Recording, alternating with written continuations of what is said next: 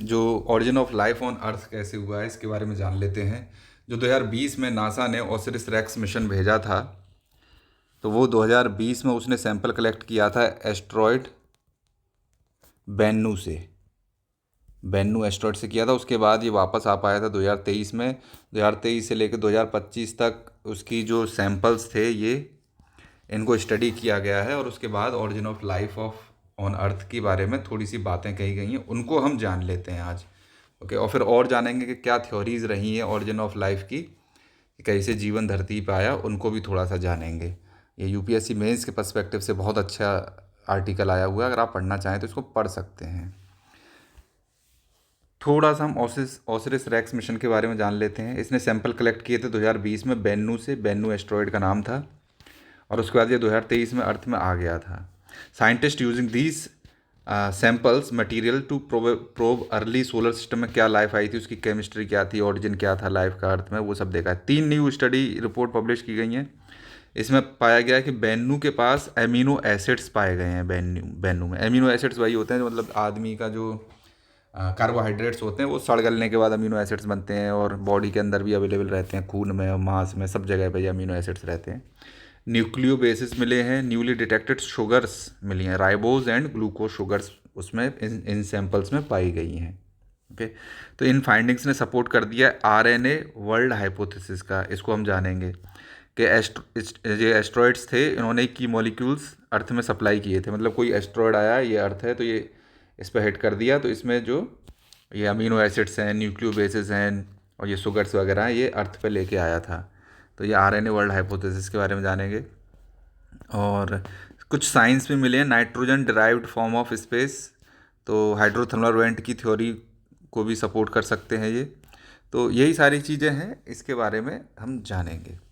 RNA world hypothesis क्या कहती है कि जो अर्ली लाइफ बनी थी वो डीएनए से नहीं बनी थी, वो आरएनए की हेल्प से बनी हुई थी। तो मतलब आरएनए पहले आया था, उसके बाद डीएनए आया है, ये आरएनए हाइपोथेसिस कहती है। ओके, और उसके बाद ही प्रोटीन्स वगैरह ये सब बने, उससे ही हमारी लाइफ बन के आई है अर्थ में। तो ये आरएनए को हेल्प किसने करी है लाने में, वो एस्ट्रॉइड्स ने करी हुई है हेल्प। तो ये इनका मानना है। तो अगर देखो क्वेश्चन ये आता है कि अगर बेन्नू हैज़ एमिनो एसिड्स, एक सेकंड रुकना, घर से फ़ोन आ रहा है। ऑल राइट, तो ये क्वेश्चन ये उठता है कि अगर बेन्नू के पास एमिनो एसिड्स हैं, न्यूक्लियो बेसिस हैं, शुगर मॉलिक्यूल्स पाए गए हैं, वो छोटा सा एक एस्टेरॉयड है, तो इतने बड़े अर्थ पे क्या ये पहले से मौजूद नहीं रहे होंगे? अगर रहे होंगे तो उसके लिए अलग थ्योरीज वगैरह हैं, वो हम थोड़ा सा इसको डिस्कस करते हैं। तो मेंस में क्वेश्चन ये बन सकता है कि क्या थ्योरीज रही हैं एवोल्यूशन ऑफ लाइफ की अर्थ में। ओके, तो ये क्वेश्चन किस में पूछा जा सकता है? जीएस पेपर 1 में पूछा जा सकता है, 3 में पूछा जा सकता है, किसी भी तरीके से पूछा जा सकता है। जनरली 3 में पूछने के ज़्यादा साइंस वगैरह है, तो चांसेस इसी में ज़्यादा रहेंगे जीएस 3 में पूछने के। तो थ्योरीज में जैसे अगर आप आंसर लिखते हैं तो पहले आप बताएंगे कि रिलीजियस थ्योरीज हैं पहले। तो जैसे हिंदुइज़्म में बोला है कि किस तरह से लाइफ इवॉल्व हुई है, कि जल था, धरती, मतलब ये तो साइंटिफिक कॉन्सेप्ट है पूरा ही। क्रिश्चियनिटी का कहें तो जीसस आए 7,000 साल पहले, एडम एंड ईव को बना दिया उन्होंने। ऐसे ही इस्लाम का भी कुछ कॉन्सेप्ट है, वो आप देख लेना। बट ये रिलीजियस थ्योरीज हैं, ये बहुत ज़्यादा वो सिग्निफिकेंस होल्ड नहीं करती हैं अदर देन हिंदू थ्योरी, है ना। फिर आ जाते हैं RNA world hypothesis. RNA world hypothesis क्या कहती है? और एक है हाइड्रोथर्मल वेंट थ्योरी, इसको भी जानेंगे। यह है ओपेरिन हार्डैम, मतलब प्राइमोर्डियल सूप, मतलब एक सूप बन गया था यूवी रेस की वजह से, उसकी वजह से लाइफ आई है। एक है मेटाबॉलिज्म फर्स्ट हाइपोथेसिस, इनको थोड़ा सा जान लेते हैं।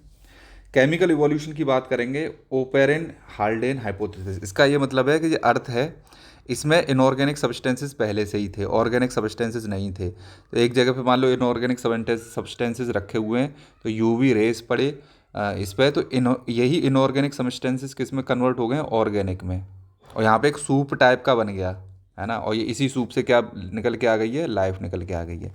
पहले बैक्टीरियाज वगैरह फॉर्म हुए होंगे, बैक्टीरिया से ही सिंगल मॉलिकुलर लाइफ आई होगी, फिर मल्टी मॉलिक्यूलर लाइफ आई होगी, उसके बाद ही फिर फिश वगैरह बने होंगे, जो भी है, इस तरह से लाइफ इवॉल्व हुई है। तो ये कहती है ये chemical evolution theory, Oparin Haldane hypothesis. इसको सपोर्ट करने के लिए मिलर ऊरे एक्सपेरिमेंट भी किया गया था 1953 में।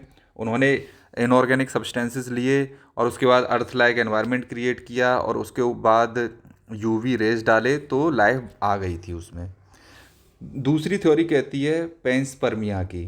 जैसे स्पर्म होता है ह्यूमन का लाइफ के लिए, वैसे ही जो पेनस्पर्मिया है, मतलब लाइफ को लाने के लिए अर्थ में जो स्पर्म आया था या जो मॉलिक्यूल्स आए थे, अमीनो एसिड्स हो गए, फैट्स शुगर्स हो गए, वो फॉरेन ऑरिजिन के हैं। लाइफ के जो बिल्डिंग ब्लॉक्स हैं, सिंपल माइक्रो ऑर्गेनिज्म है, ये अर्थ के किसी बाहर के स्पेस से आए हैं, जैसे मीटियोराइड हो गया, कॉमेट्स हो गया, डस्ट हो गया। ये ओसिरिस रेक्स वाले बेन्नू की थ्योरी को बताते हैं कि जैसे ओसिरिस रेक्स में जो मिले हैं ना अमीनो एसिड्स, जो मैंने आपको बताया, उस थ्योरी को ये वो करता है, उससे ज़्यादा ये मिलता जुलता है पेंसपर्मिया थ्योरी। ओके, सेम है। ये जो पेंसपर्मिया ने बता दिया कि ये सारी चीज़ें आई तो थी, मटेरियल तो आ गया था, लेकिन सबसे पहले क्या बना था? आरएनए वर्ल्ड हाइपोथेसिस, मतलब पहले आरएनए आया था। RNA not DNA was the first molecule of life on earth. इसी की वजह से जेनेटिक मटेरियल बिल्ड हुआ, राइबोसोम्स बने और अर्ली लाइफ ने रेप्लिकेट करना शुरू कर दिया था before DNA and proteins evolved. तो पहले आरएनए आया है, तो इसकी वजह से लाइफ रेप्लिकेट होने लगी थी, उसके बाद डीएनए और प्रोटीन्स आए हैं। ठीक है। हाइड्रोथर्मल वेंट थ्योरी क्या कहती है? जो अर्थ है ना, और ये समुद्र है, तो इसमें थर्मल वेंट्स बने हुए हैं, तो इसके नीचे से केमिकल एनर्जी निकलती रहती है अर्थ की, और ये पानी है, तो यहाँ पे लाइफ ऐसे समुद्र में आ गई थी, इनका ये मानना है। डीप सी हाइड्रोथर्मल वेंट्स होती हैं, उन्होंने केमिकल एनर्जी प्रोवाइड कराई है, और उसके बाद ही यूवी रेडिएशन आ गया, ये वो कॉम्प्लेक्स ऑर्गेनिक सिंथेसिस हो गई और लाइफ इवॉल्व हो गई।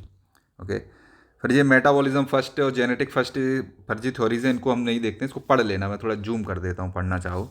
एक का मानना है एनवायरमेंटल स्पेसिफिक आइडियाज़ हैं कि लाइफ इन आइस, पानी में अर्थ, सॉरी,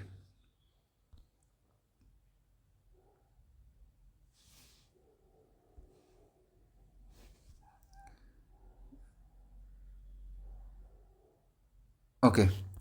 तो इनका ये मानना था कि जो लाइफ है पानी के, मतलब जो अर्थ है वो पानी में फ्रोजन थी, और उसके बाद आइस क्रिस्टल्स, उसमें आइस क्रिस्टल्स के अंतर्गत ही ऑर्गेनिक मैटर कॉन्सेंट्रेट होने लगा, और जो है वहाँ से लाइफ एक होके आ गई। एक क्ले हाइपोथेसिस है। क्ले हाइपोथेसिस कहती है पहले मिट्टी थी, मिट्टी के ऊपर इनऑर्गेनिक मॉलिक्यूल्स थे, और उन वहीं से जो है ये कैटलिस्ट की तरह मिट्टी ने काम किया, क्ले ने, और ऑर्गेनाइज किया ऑर्गेनिक मॉलिक्यूल्स को, और ऑर्गेनिक मॉलिक्यूल बन के तैयार हो गए। तो ये सारी हाइपोथेसिस बताती हैं। आई होप कि ये आपको समझ में आ गया होगा, तो आप क्वेश्चन लिख पाएंगे। तो दो तरह की थ्योरीज में डिवाइड करना है, ये है तुम्हारी रिलीजियस थ्योरी, और ये है तुम्हारी साइंटिफिक थ्योरी, आंसर को अपने को। और इसमें जब इंट्रोडक्शन आप लिखोगे, तो इंट्रोडक्शन में ये ओसिरिस रेक्स मिशन का INTRO ये मेंशन करना बहुत ज़रूरी है। और कंक्लूजन में आप लिख सकते हैं कि it is a very complex phenomena, और मोर साइंटिफिक स्टडीज़ की ज़रूरत है। जैसे हमने अभी बेन्नू को स्टडी किया तो कुछ एविडेंसेस मिले, और आगे और फ्यूचर में साइंटिफिक एडवांसमेंट्स होते हैं, तो हो सकता है कि नए ओरिजिन के बारे में पता चले। It can be completely different from religious theories and scientific theories, है ना। तो आप उसको भी नहीं नकार सकते। तो ऐसे करके आप आंसर लिख सकते हैं। आई होप कि ये आपको समझ में आ गया होगा। तो ये ओसिरिस रेक्स मिशन के बारे में मैंने आपको बता दिया है, आप देख लेना इसको। थैंक यू एंड सॉरी कि बीच में अचानक से पीछे चला गया ये। Thank you.